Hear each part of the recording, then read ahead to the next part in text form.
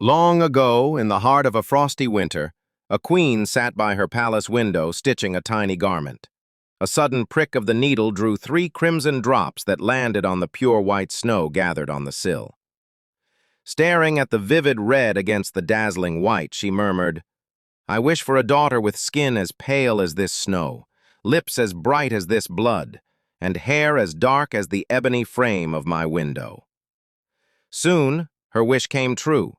A princess was born, her complexion like fresh fallen snow, her mouth the color of ripe cherries, her curls black as midnight. They named her Snow White. Joy was short-lived. The queen passed away days later. When the king took a new bride, she arrived cloaked in beauty yet armored in vanity. She owned a mirror that spoke truth. Each dawn she asked, "Mirror, mirror on the wall, who is the fairest of them all?" "You, my queen, are the fairest," it always replied, until Snow White turned 7. That morning the mirror declared, "You are lovely, Majesty, but Snow White surpasses you."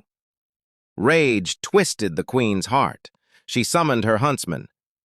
"Take the child deep into the woods. End her life. Return with her heart in this box." The huntsman led Snow White among ancient pines. When he lifted his blade, she wept. "Spare me, kind sir. I will vanish forever." His hand trembled. Pity won. "Flee, little one. Never look back." He slew a young deer instead and carried its heart to the queen. Believing the girl gone, the queen had the heart roasted and devoured it. Miles away, Snow White stumbled through tangled briars, owls hooting overhead. Night fell cold and starless. At last she spied a cottage no taller than her shoulder.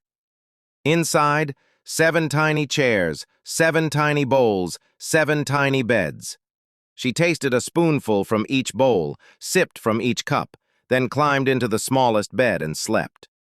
Home came 7 miners, pickaxes slung over shoulders. "Someone sat in my chair. Someone sipped my soup. Someone lies in my bed and still she slumbers." They gathered round the sleeper. "What a gentle face," whispered the eldest. They let her rest. The 7th dwarf curled up on the floor, trading places with his brothers every hour. At sunrise, Snow White opened her eyes to 7 curious stares. She told them of the jealous queen and the merciful huntsman. "Stay," said the leader. "Cook, sweep, mend, do the chores, and our cottage is your fortress." Each morning they marched to the mines, warning, "Bolt the door, your stepmother hunts you still." Back at the castle, the queen faced her mirror. "You are fair, but Snow White lives beyond SevenHills with 7 little men, and she is fairer." Fury flashed like lightning. The queen stained her face, hunched her back, and hobbled over the peaks with a basket of silk bodice laces. Next morning the mirror mocked the queen again. She brewed a new poison, dipped a jeweled comb, and returned as a different crone. "Lovely comb for lovely locks?" Snow White peered through the window. "Show me from there." The crone lifted the comb. Snow White leaned out. One scratch, and she fell lifeless. The dwarfs found the comb, tugged it free, and color returned to her cheeks. "Third time pays for all," they warned. "Bar the door forever." The queen raged, brewed a stronger poison, and painted half an apple crimson. Disguised as a farmer's wife, she knocked. "Fresh apples, child. 1 bite won't hurt." "I mustn't let you in." "Then watch." The queen sliced the fruit, ate the safe white half, and offered the red. Snow White bit. She crumpled like a broken doll. Evening brought the dwarfs running. They shook her, called her name. Nothing.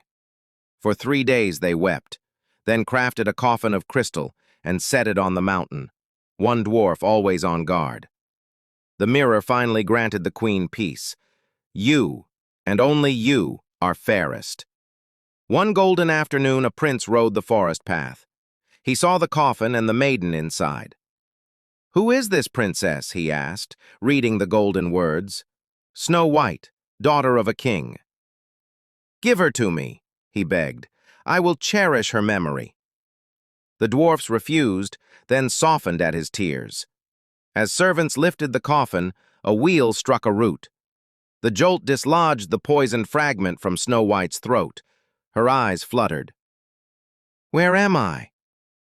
"With friends," the prince answered, kneeling. "Will you ride home with me and be my bride?" Joy lit her face. "Yes." Trumpets announced a wedding grander than spring itself. An invitation reached the wicked queen. Before the mirror, one last time, she asked her question. "You are fair, but the bride today is fairer." Dread dragged her to the feast. There, red-hot iron slippers waited.